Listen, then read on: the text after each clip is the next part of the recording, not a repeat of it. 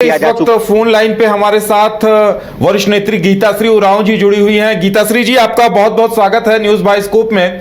गीताश्री जी, देखिए, कल आप लोगों ने बंदी बुलाई थी और आज सिरोमटोली फ्लाईओवर का उद्घाटन किया जा रहा है, क्या कहेंगे आप?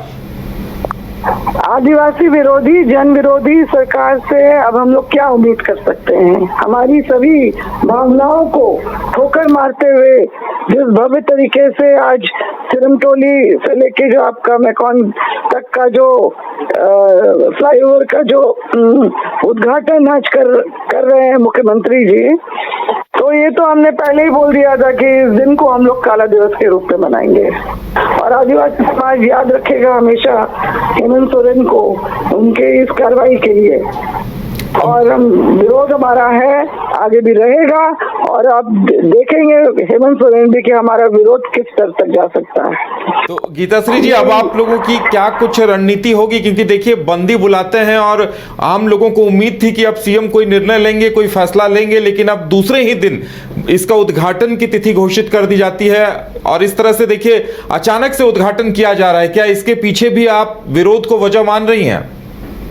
हाँ, बिल्कुल, निश्चित रूप से सरकार जो है अपने जिद पे अड़ी है। लोकतंत्र में ये भूल गए हैं कि जन भावनाओं के कद्र होनी चाहिए, ना कि उसका जो है ठोकर मारनी होती है। तो इस तरह से जो अपना कर रहे हैं, ठीक है, अभी उनको लगता है कि हम सत्ता में हम जो चाहे कर लेंगे, तो कर लें, जो भी वो चाहे कर लें, मगर इतना तो है जरूर कि जो कल का झारखंड बंद हुआ, जहाँ पर भी जैसे भी लोग निकले बाहर और उन्होंने अपना जो विरोध प्रकट किया, इन्होंने ना सिर्फ सरना स्थल यहाँ पे सिरमटोली का वहाँ पर जो उसका अपमान किया है, बल्कि मरांगुरु का भी अपमान किया है। इन्होंने 2023 में इसको जो है ज्ञानियों का तीर्थ स्थल घोषित करके बकायदा चिट्ठी लिखी इन्होंने भारत सरकार को। तो लोग तो वहाँ भी नाराज हैं, उनसे बहुत ही ज्यादा आक्रोशित है इस बातों को लेके। और ये पूरे सरना समाज की तो ये बात करते हैं, इनकी पार्टी डुगी ड्रामा करती है अपने ही ये मुख्यालयों में जो है इन्होंने जो धरना प्रदर्शन किया, और दूसरी तरफ तुरंत मुख्यमंत्री निकल जाते हैं ये नगरी का वो कब्जा करवा के केदारनाथ और बद्रीनाथ। तो ये दोनों विरोधाभासी चीजें जो हैं अब लोगों को पच नहीं रही हैं। बिल्कुल हमारा विरोध, बिल्कुल जिन्होंने इनका बुरे वक्त में साथ दिया आज उनके घोर विरोधी बन गए हैं, क्योंकि ये भी हमारे जनता विरोधी बन के उभर रहे हैं।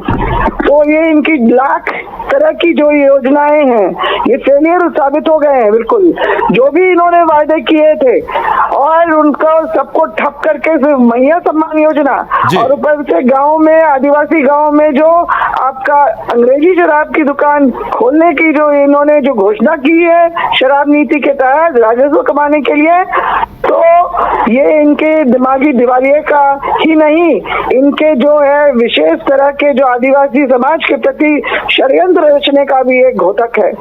ये खुद ही जिस डाल पे बैठे हैं उसी डाल को काटने का ये काम कर रहे हैं। और निश्चित रूप से ये हमारा दुर्भाग्य कि ऐसे व्यक्ति पे हमने विश्वास किया, इनको जन्मत से इनको हमने गद्दी पे बैठाया। आज आदिवासी समाज जो है पछता रहा है कि हमने इनका समर्थन किया और ये हमारे ऊपर ही वार कर रहे हैं। गीताश्री जी, आप लोग, कई लोग विरोध कर रही थी, दूसरी तरफ आशा लकड़ा ST-SC आयोग की तरफ से दिल्ली से आकर वो भी आपत्ति जता रही थी, लेकिन ऐसा लगता है कि सरकार इस मूड में थी कि कोई कुछ भी कहे हम सुनेंगे नहीं, चाहे वो ST-SC आयोग, केंद्रीय आयोग कहे या फिर गीताश्री उरांव या प्रेमशाही मुंडा या तमाम नेता जो विरोध कर रहे थे। तो सरकार कहीं ना कहीं हठधर्मिता पर दिखी है, ऐसी क्या वजह हो गई इसके पीछे? धर्मिता भी है, निरंकुशता भी है, निरंकुश हो गई है सरकार, अहंकार में डूबी सरकार, किसी तरह के लालच में डूबी हुई सरकार।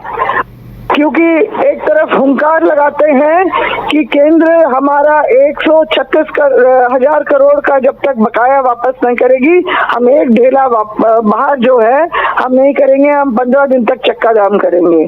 और दूसरी तरफ नरेंद्र मोदी के ही खासम खास गौतम अडानी के साथ 2 घंटे तक जो इनकी मुलाकात हुई बंद कमरे में, उसके बाद MOU के तहत जो इन्होंने 2 प्रोजेक्ट के लिए MOU किया और लैंड बैंक जिनका इन्होंने वादा किया था कि मैं सत्ता में आऊंगा तो रघुवर दास सरकार के द्वारा बनाई गई लैंड बैंक को निरस्त करूंगा, वहीं से निकाल के दिया। इसके बाद ये 10 दिन के अंदर चले जाते हैं आपका यूरोपीय देश की यात्रा में, वहां से निवेशक लाने के लिए। वहां से लौटते हैं तो झारखंड हाई कोर्ट की तरफ से जो है वहां से जो है घोषणा करवाई जाती है कि अब जो है गैर मजुरवा जमीन की भी रसीदें कटेंगी, यानी वो लैंड बैंक पार्ट 2। मगर महोदय को मैं बता देना चाहूंगी, मुख्यमंत्री महोदय को थोड़ा सा संविधान में भी झांक लें, 5वीं अनुसूची में क्या लिखा है उसको भी ये समझ लें। सिर्फ मुख्यमंत्री बन जाने से नहीं होता है, वहाँ साफ तौर से लिखा हुआ है कि जो गैर मजुरवा जमीन की भी मालिक सरकार नहीं है और उसका उपयोग इस्तेमाल वहाँ की स्थानीय जनता ही अपना फैसला लेके करेगी। तो इस तरह की सारी चीजें जो है हमारा सिर्फ जो ये सब ध्वस्त कर दे रहे हैं हर चीज को। 5वीं अनुसूची के राज्य में जो है आज तक पैसा कानून लागू नहीं हुआ है। अब जो सिर्फ नियमावली का हवाला देके इधर से उधर भटकाया जा रहा है, ग्राम सभा की महत्ता जो इस राज्य में जो स्थापित होनी चाहिए थी वो तो हो नहीं रही है। मगर आपका नगरी की उपजाऊ जमीन का जो है सरकारी अतिक्रमण बिना जो है ग्राम सभा करवाए नोटिस जारी किए हुए जो है जबरन उसका अतिक्रमण किया गया। और ये अंग्रेजी शराब की दुकान खोलने के लिए जो ये बोलते हैं कि ग्राम सभा की अनुमति ली जाएगी, ऐसे तो सैकड़ों जो है सरकारी योजना ग्रामीणों के लाख विरोध के बाद, क्योंकि उसमें जमीन मुआवजा बहुत सारी चीजें हैं, माइनिंग की बातें हैं जिसमें कभी ग्राम सभा बैठती नहीं है, ग्रामीण विरोध करते रह जाते हैं।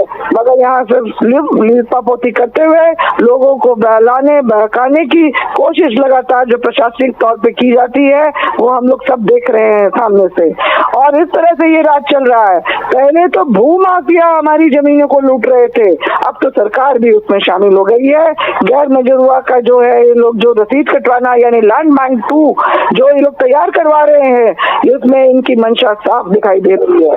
और जिस तरह से इन लोगों ने जो अपना तानाशाही रवैया जो अपनाया हुआ है वो निश्चित रूप से जन विरोधी है, वो आदिवासी विरोधी है।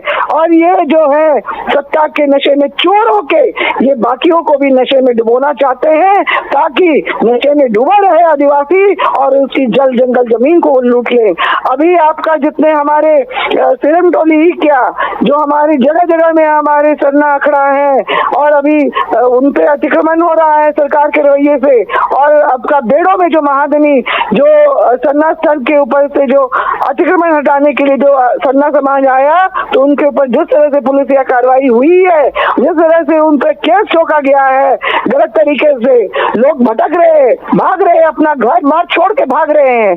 और उसके अभी 2 दिन पहले जिस तरह से लापुंग में गोलीबारी हुई 2 लोग घायल हुए उसमें, ये सब क्या दर्शाता है? इस राज्य में कोई सरकार है भी कि नहीं, कि कौन चला रहा है कुछ पता ही नहीं चल रहा है। ये सिर्फ अपना जो है सैर सपाटे में व्यस्त है और यहाँ पर जो आदिवासी समाज अपने अधिकारों को अपने मान सम्मान को लेके भटक रहा है, उसके लिए लड़ रहा है, संघर्ष कर रहा है और पिछले 5 महीने से बार बार सड़क पे उतर रहा है। इससे पहले कभी नहीं हुआ ऐसा कि हर हफ्ता 10 दिन में या फिर बराबर वो सड़क पे नजर आया हो।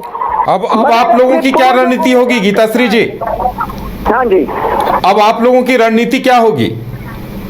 रणनीति तो हम बैठ के बताएंगे बनाएंगे। आप तो मुझसे अभी व्यक्तिगत रूप से आप ले रहे हैं तो अब कल का तो बंदी हो गया, इस बात की हम लोग चर्चा ही कर रहे थे कि ये क्या हो रहा है। अभी जो भी रणनीति बनेगी आपको जरूर हम सूचित करेंगे। गीताश्री जी हमारे साथ जुड़ने के लिए और हम अपनी बात रखने के लिए आपका बहुत बहुत धन्यवाद। तो ये थी गीताश्री उरांव जो रैंप को आगे बढ़ाने की मांग कर रही थी और लगातार इसका विरोध कर रही थी। उनका कहना था कि बैठक कर जल्द रणनीति बनाई जाएगी और जिस तरह से सरकार ने निरंकुशता का परिचय दिया है वो कहीं न कहीं सोचने वाली बात है। पूरा आदिवासी समाज इस पर अब मंथन करेगा। अगर आप देश के किसी भी कोने में रहते हैं, अगर आप पटना आना चाहते हैं और घर जैसे रहने और खाने का आनंद लेना चाहते हैं तो एक बार जरूर आए होटल डायमंड इन। संपर्क करें 9572759746 90318599810 0612400153। एड्रेस अपोजिट विद्या संस्कार स्कूल, रंजन पथ, गोला रोड, बेली रोड, पटना 801503।